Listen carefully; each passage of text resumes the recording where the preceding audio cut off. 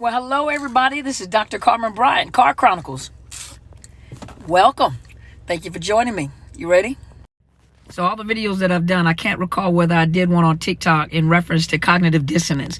So let's talk about cognitive dissonance. What is cognitive dissonance? Cognitive or cognition means thoughts. Dissonance meaning a conflict of opinions or actions. You put those two words together, cognitive dissonance, it means a conflict, an internal or a mental discomfort. It's an internal conflict of two opposing opinions, two opposing views, or attitudes. Attitude and perceptions don't line up. They're conflicting.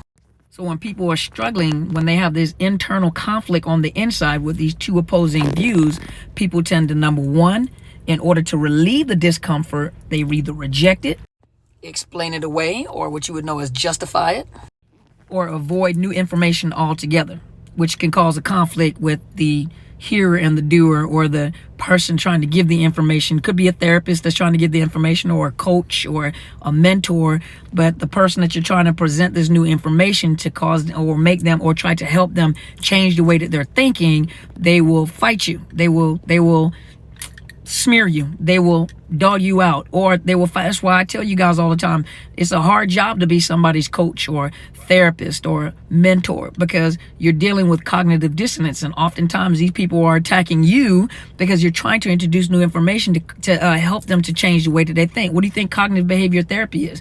The change of cognition or the change of thought is to change the behavior. So check this out, some examples.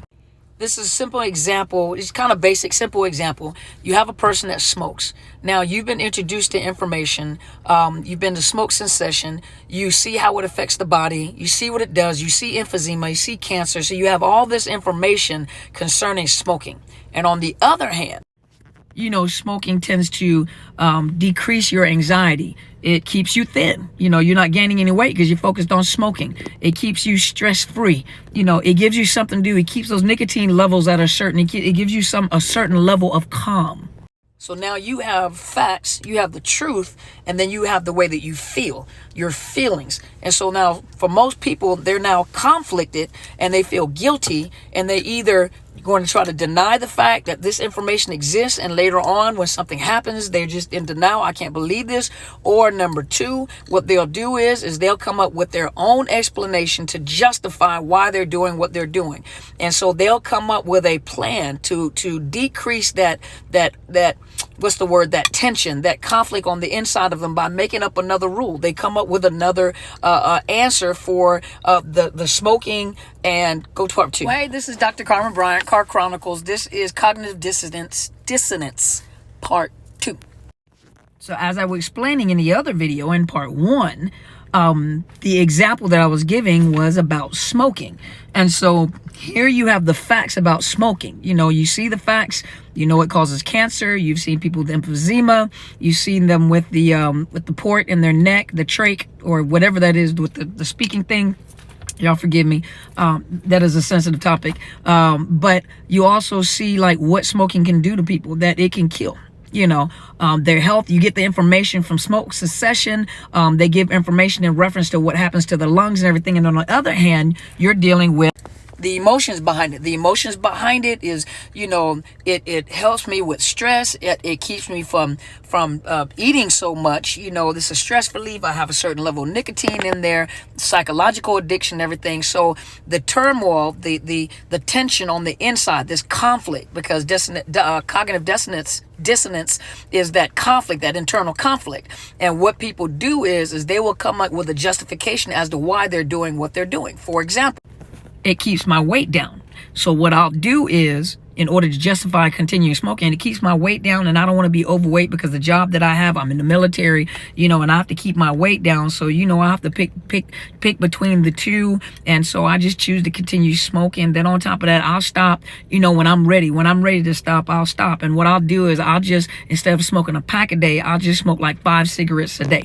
So now you are uncomfortable and you're conflicting. So you have this turmoil. So you've come up with your own justification as to why you'll keep smoking. So now let's turn that to the narcissist. For many people, as I said before, there's several things that you'll do. Reject the new information, justify while you're doing it, or deny it. And for a lot of people that are dealing with in a situationship with a narcissist, they'll come up to, in order, they have the information. You know that this person is bad for you. You listen to people. You can even recite every video that we've ever done. All of us that are on the team, you know. On the other hand, you're struggling with the emotions. I don't feel like being hurt like this. I'm going to wait. So you come up with your own excuses. So you justify staying. The kids need a father. The kids need a mother. I'm going to wait until the kids graduate. I'm going to wait so I can get myself on my feet. Well, you know, I'm not ready for the emotional issues that I would have to go through after the fact because that pain is too much. So you justify staying. You don't know what you're talking about. It's till death do us part. And, well, I can't leave, you know, because divorce is just not something that I'm going to do. And it's not like, you know, he hits me every day. It's not like she doesn't set my clothes on fire or nothing like that. It's just an emotional thing that I can get beyond. That's cognitive dissonance. And, you know, I would say stop it, but really it's a matter of getting therapy, getting help in order to help you come out of that situation.